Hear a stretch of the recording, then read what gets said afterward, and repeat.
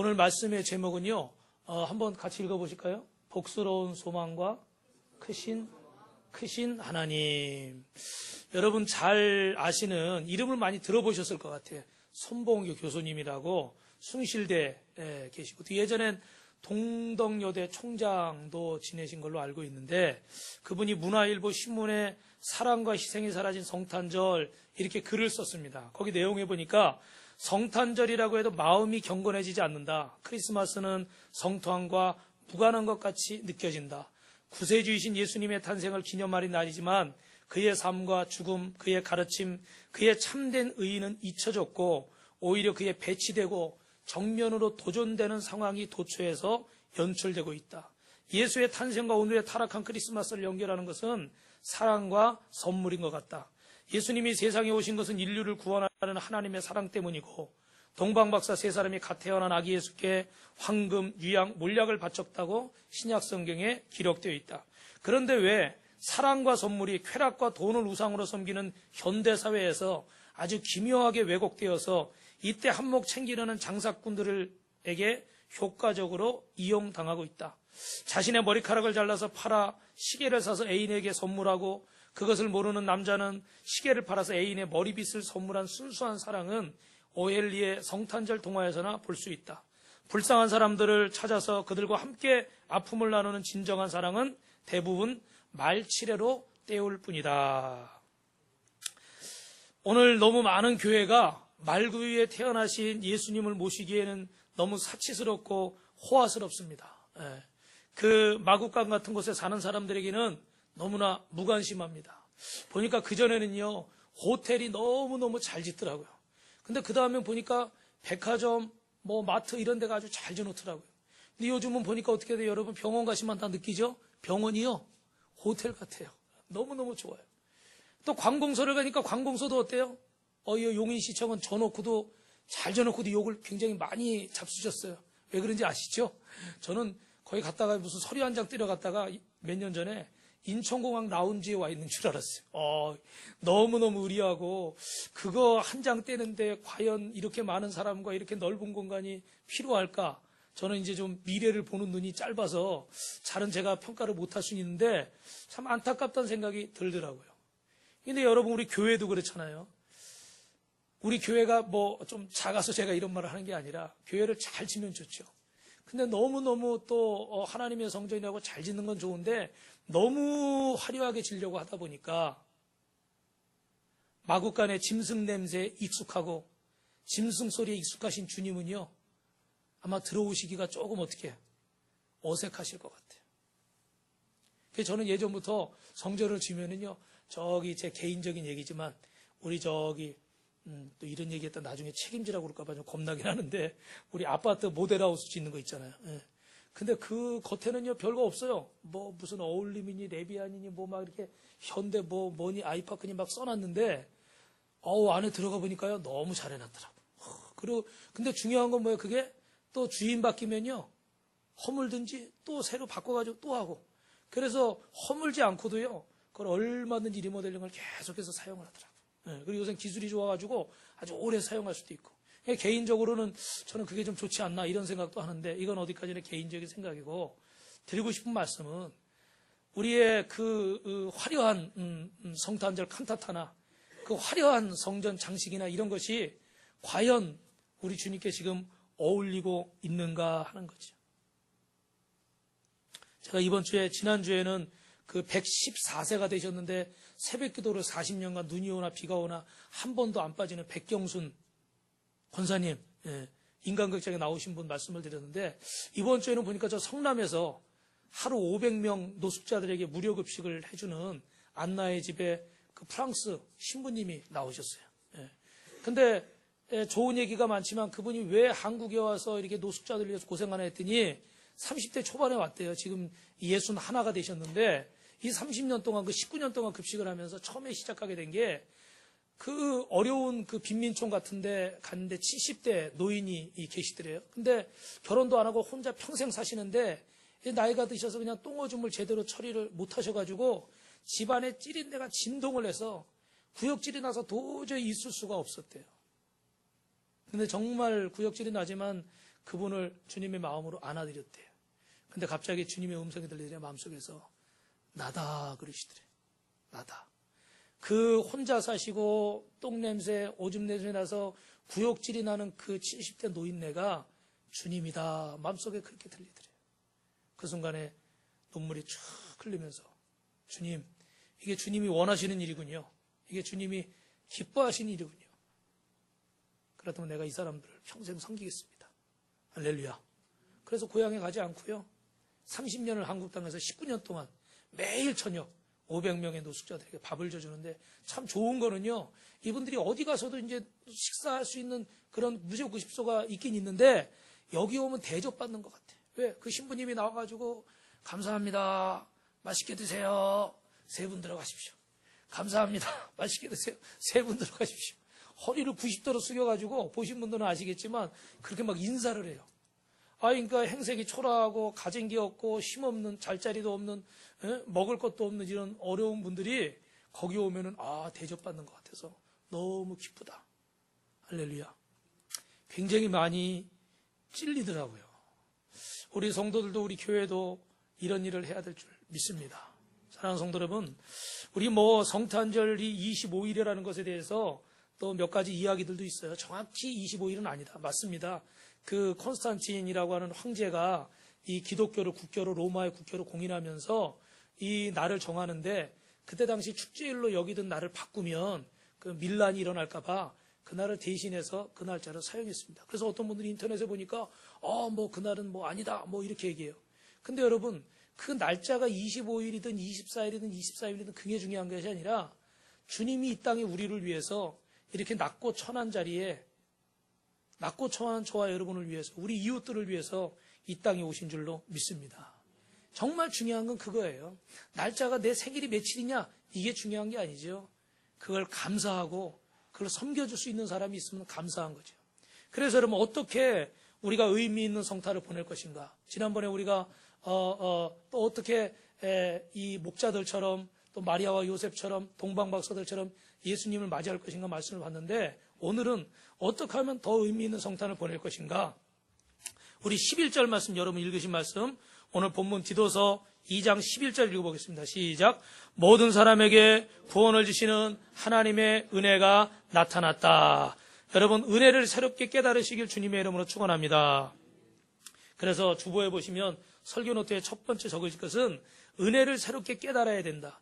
여러분 예수님이 성육신하시니 구원의 은혜, 이 십자가에서 우리 위해 죽으시기까지 육신의 몸으로 오시니 성육신, 거룩하신 분이 육신을 입고 오신 이 사건을 우리가 성육신이다. 더 어려운 말로는요 인카네이션 했다 그럽니다. 하나님이신 그분이 이 땅에 오신 거. 근데 여러분 여기서 이 이야기를 조금 이해하거나 받아들이기 어려운 분이 있어서 제가 자주 드렸던 말씀을 하나 더 드리려고 그래요. 그 예전에 그 중동 지역에 어떤 사람이 미국에 유학을 와서 예수님을 전도를 하니까 예수를 믿어야 되겠는데 이게 안 믿어지는 거예요. 근데 특히 안 믿어지는 게 뭐냐면 하나님이 어떻게 이 땅에 오셔서 사람 몸을 입고 사람이 될 수 있느냐, 신이 사람이 되느냐, 이건 말이 안 된다 이렇게 생각한 거예요. 그런데 거기 어느 날 공원을 산책하다가 거기 개미들이 막 부지런히 막 음식을 그 이고 막 날르잖아요. 밥알 같은 거, 과자 부스레기 이런 거 날르잖아요.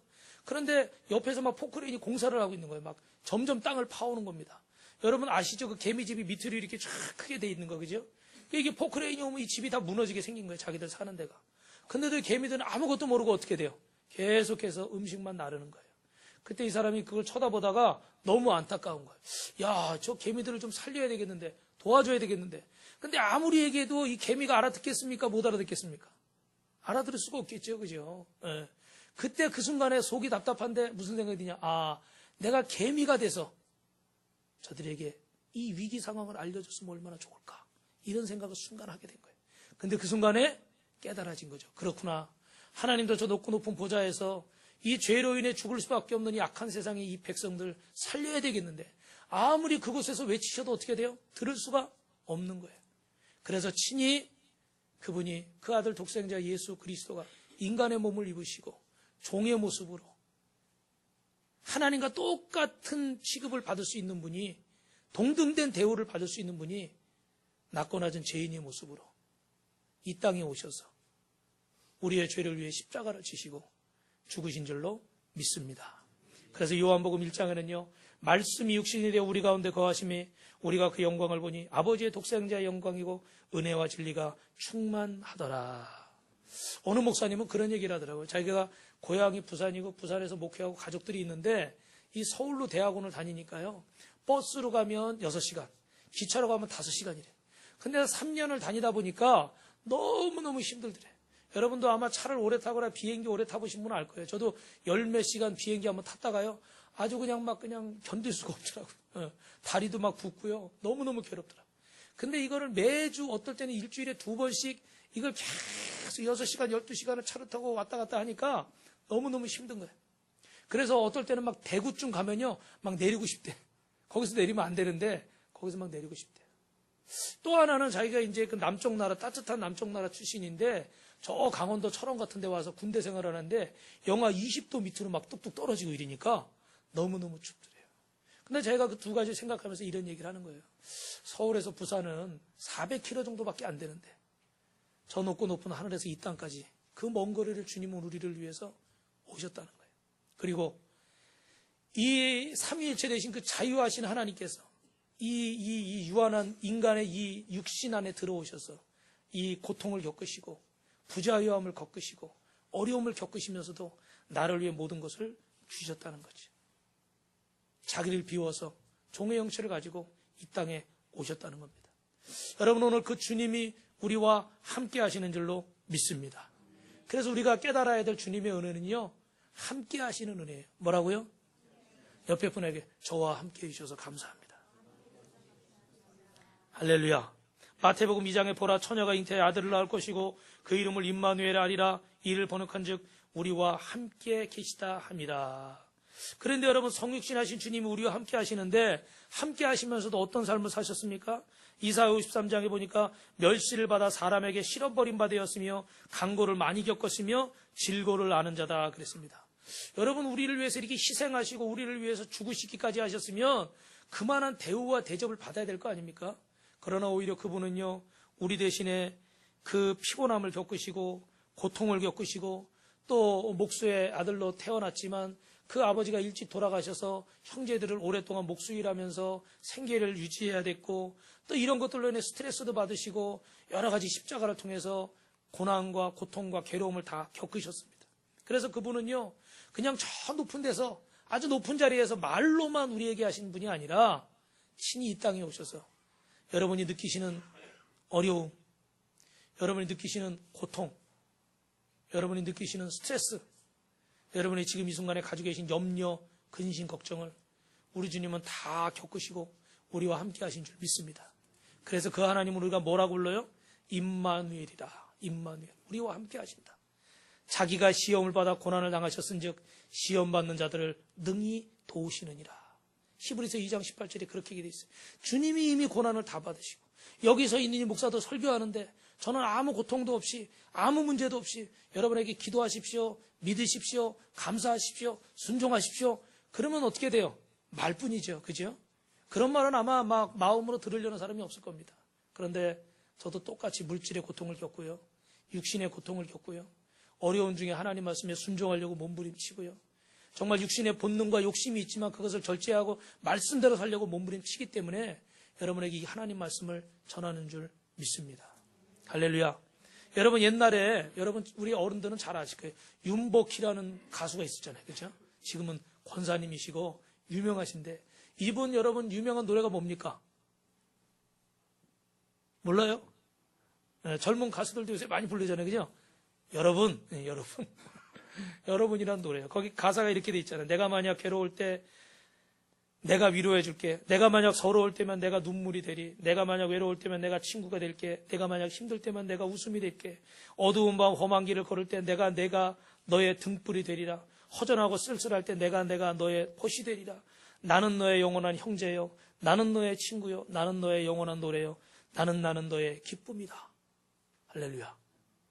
제가 왜 할렐루야를 했냐면 이 노래가 지어지게 된 게 여러분 이미 아시는 분도 계시겠지만 윤복희 씨가 한 번은 서울대 출신 가수 유지용 씨라는 분하고 결혼을 하고 두 번째는 남진이란 가수와 결혼을 했는데 두 번 다 이혼을 했어요.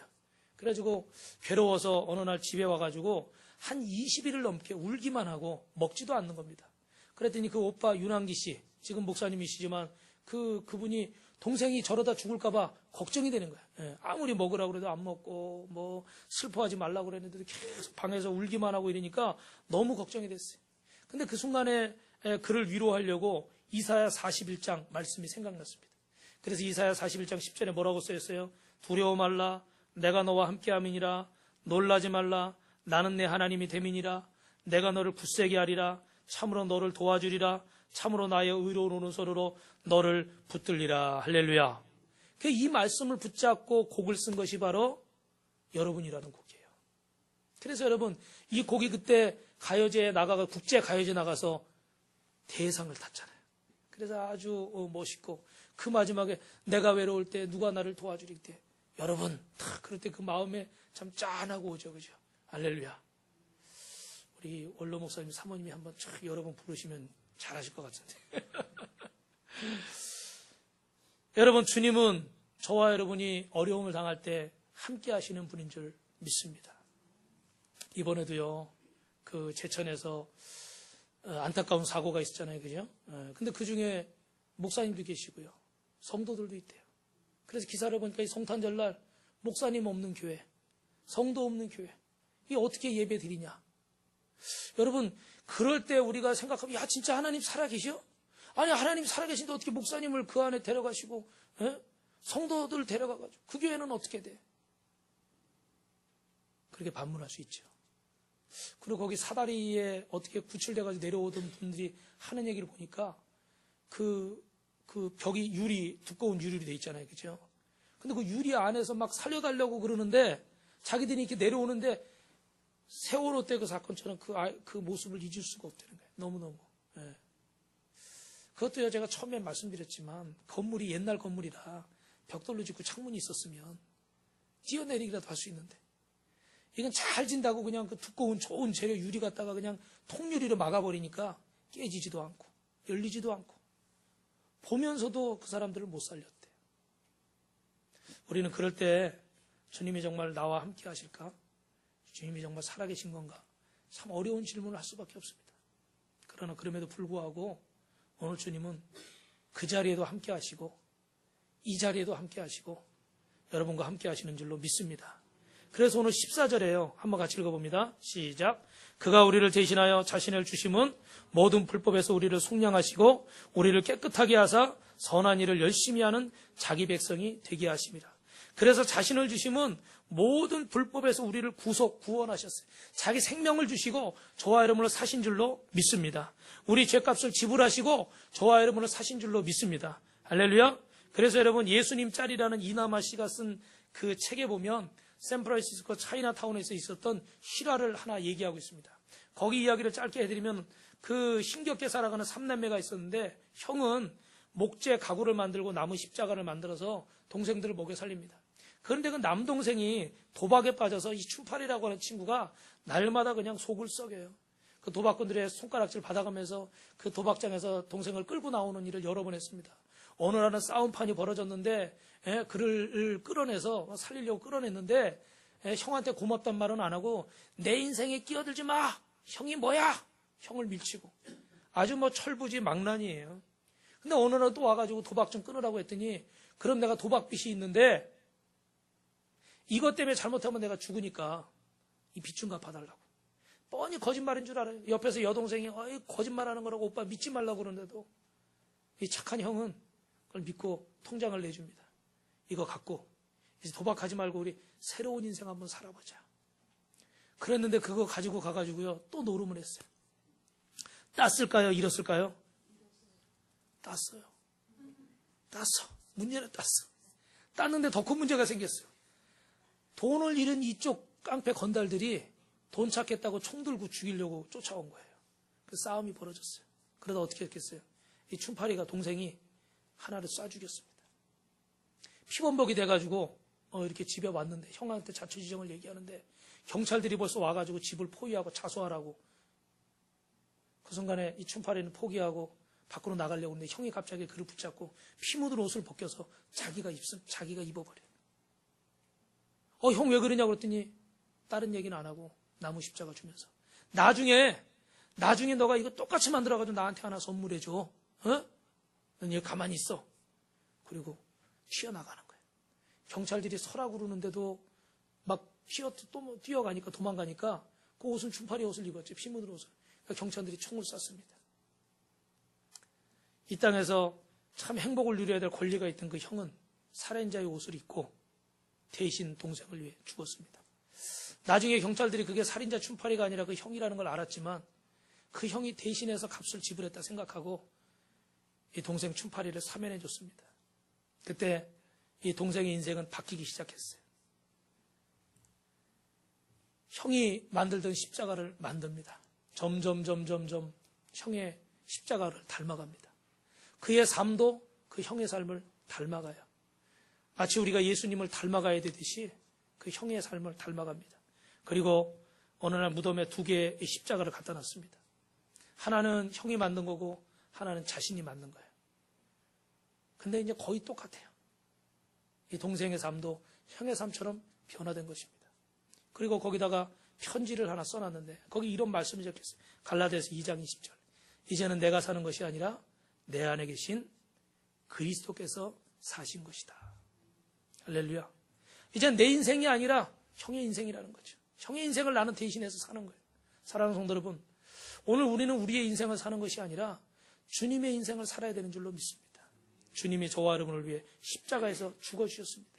그래서 이 십자가의 흔적이, 우리를 대신해서 이 죽으신 흔적이 이 참된 성탄의 감격을 맛보려면 우리가 형식적인 성탄의 행사로 끝나서는 안 되고 우리 안에 이런 역사가 있어야 됩니다. 따라합니다.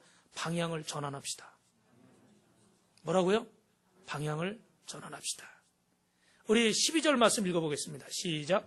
우리를 양육하시되 경건치 않은 것과 이 세상의 정욕을 다 버리고 근신함과 의로움과 경건함으로 이 세상에 살고. 14절이요. 시작. 그가 우리를 대신하여 자신을 주시면 모든 불법에서 우리를 구속하시고 우리를 깨끗하게 하사 선한 일에 열심하는 친백성이 되게 하려 하심이라.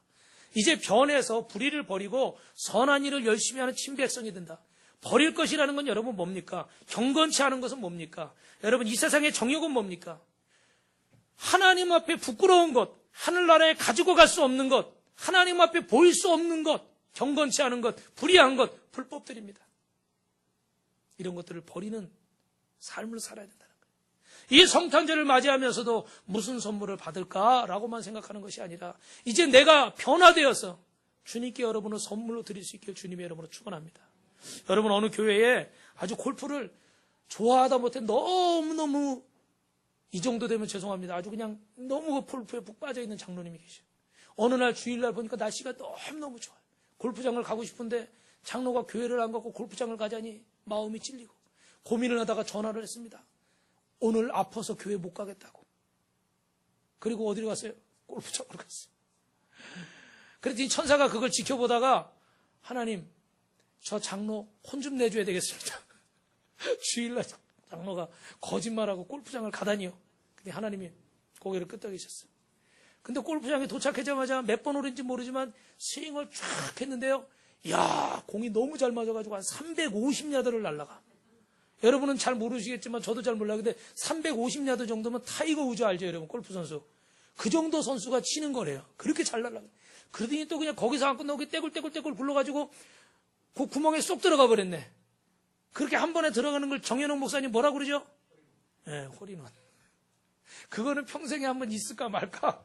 그런 일이에요. 그 천사가 화가 났어요. 아니, 하나님 이거 큰일 났습니다. 이거 혼을 내줘야 되는데 이거 어떻게 홀인원이 나오다니요? 근데 하나님 뭐라고 그러신지 아세요? 씩 웃으시면서. 놔둬라. 저 장로가 저거 어디 가서 자랑하겠니? 그렇잖아요.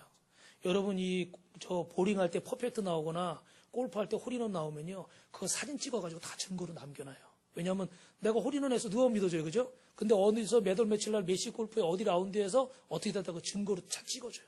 골프장에도 가면 퍼펙트 한 사람들 사진 있죠. 날짜 적혀 있고. 근데 장로님이 어디 가서 내가 주일날 이걸 어떻게 자랑하겠냐는 거예요. 그죠? 홀인원 한 건 자랑스러운 일이에요. 근데 여러분 그게 하나님 앞에 성도들 앞에 교회 와서 자랑할 수 있습니까? 없어요.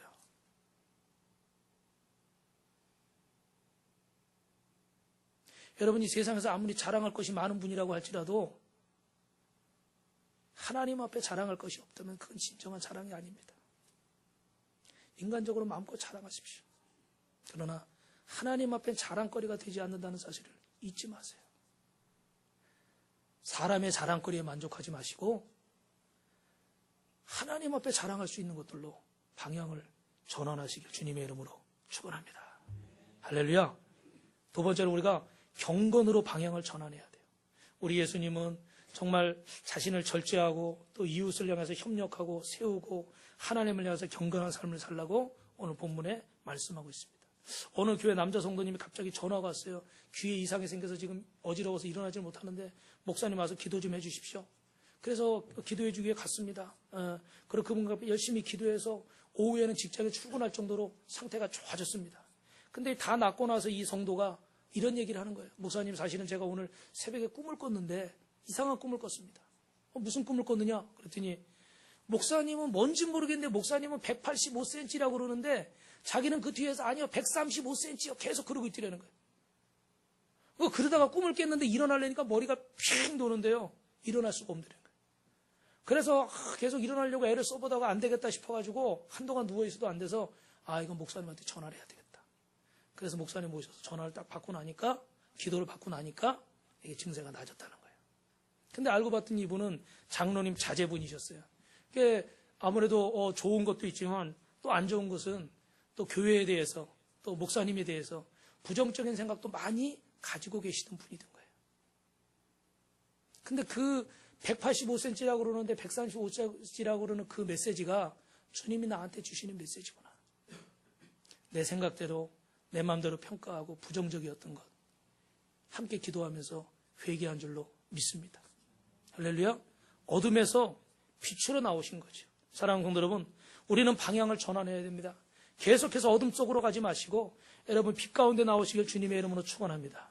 저희 교단에 목사님이 계신데 그분이 시골교회 이야기를 하더라고요. 그 시골교회에서 성탄절 2부 때 막 아이들이 이렇게 노래 찬양하고 그러잖아요. 그죠?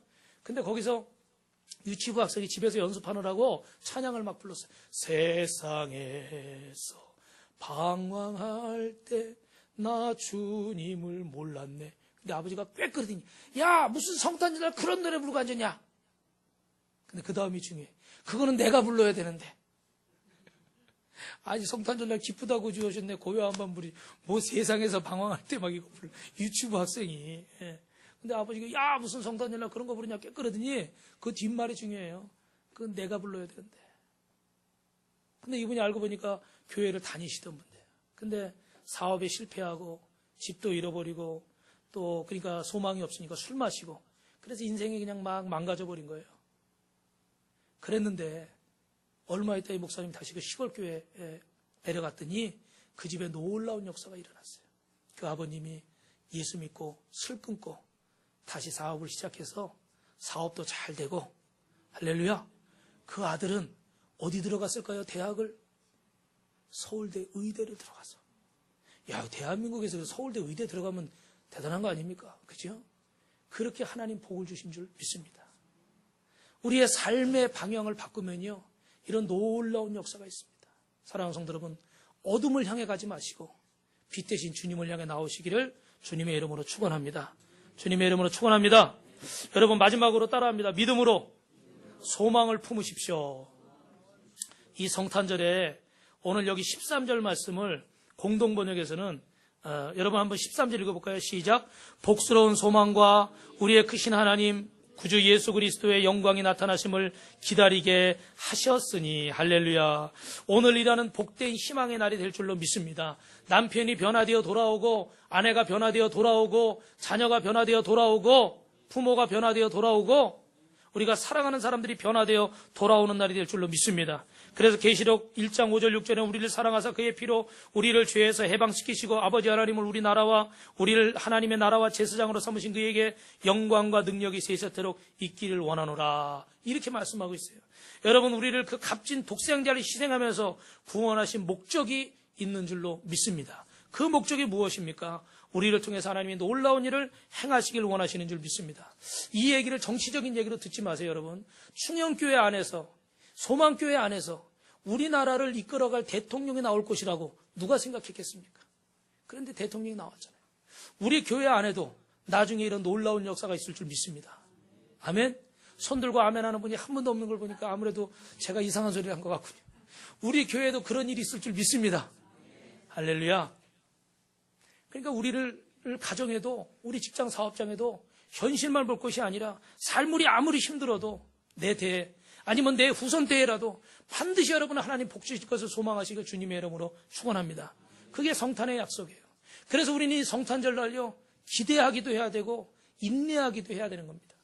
소망이 있다면 그 소망을 이루려고 어떻게 해요? 기다려야죠. 소망이 있는데 기다리지 않고 에이 아니다 내팽개쳐버리면 그 소망은 이룰 수가 없는 거예요.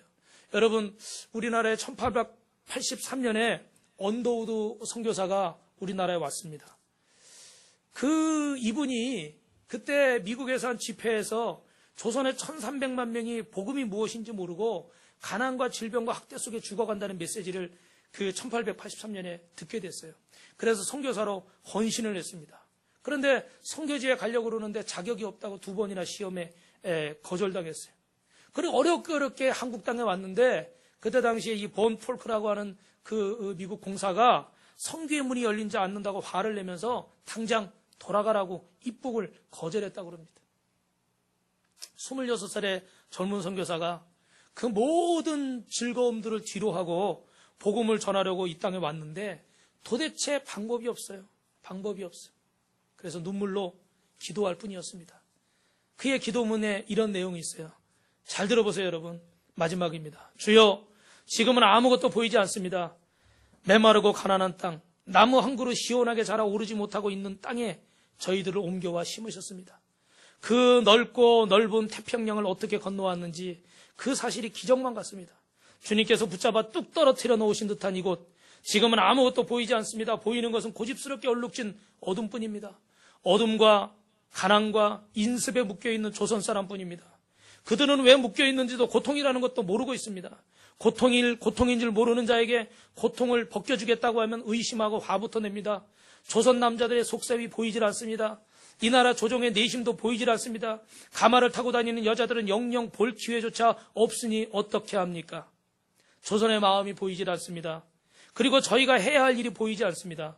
그러나 주님, 순종하겠습니다.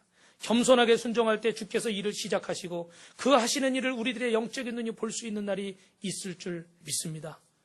믿음은 바라는 것들의 실상이요 보지 못하는 것들의 증거니 그 말씀 따라 조선의 믿음의 앞날을 볼 수 있게 될 것을 믿습니다.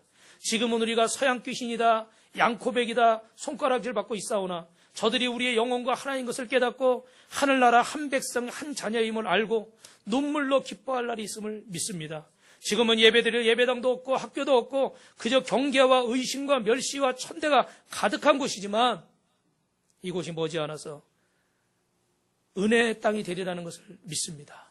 주님, 저의 믿음을 붙잡아 주시옵소서. 할렐루야. 여러분, 결과만 얘기하면 어떻습니까? 이 언더우드 선교사가 우리를 선교하던 그때 정말 100년 전에 이 대한민국은 어둠의 땅이었습니다. 그러나 그가 주님이 주신 소망을 붙잡고 기도할 때 이 땅은 복된 땅이 됐고 기독교 인구가 이렇게 많고 교회가 이렇게 많은 그런 땅이 됐습니다. 그래서 이렇게 성탄절 예배도 우리가 하나님의 성전에 드릴 수 있고요. 그때는 교회도 없었습니다. 근데 교회도 세우게 하시고 학교도 세우게 하셔서 다음 세대도 준비하게 하시고 세계에서 선교를 2번째로 많이 하는 대한민국이 되게 하신 줄 믿습니다.